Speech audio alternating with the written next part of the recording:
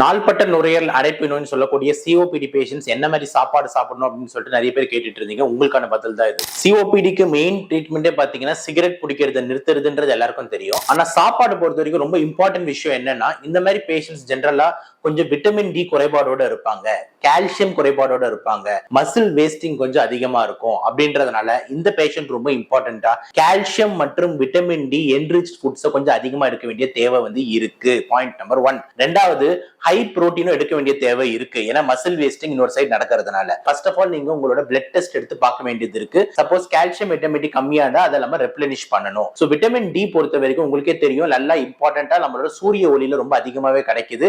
அதை தாண்டி calcium and vitamin D ஓட ரிச் சோர்ஸ் பாத்தீங்கன்னா மில்க். சோ பால் டெய்லி கண்டிப்பா நீங்க எடுத்துக்கொள்ளுங்க, ஒரு வாட்டி 2 வாட்டி.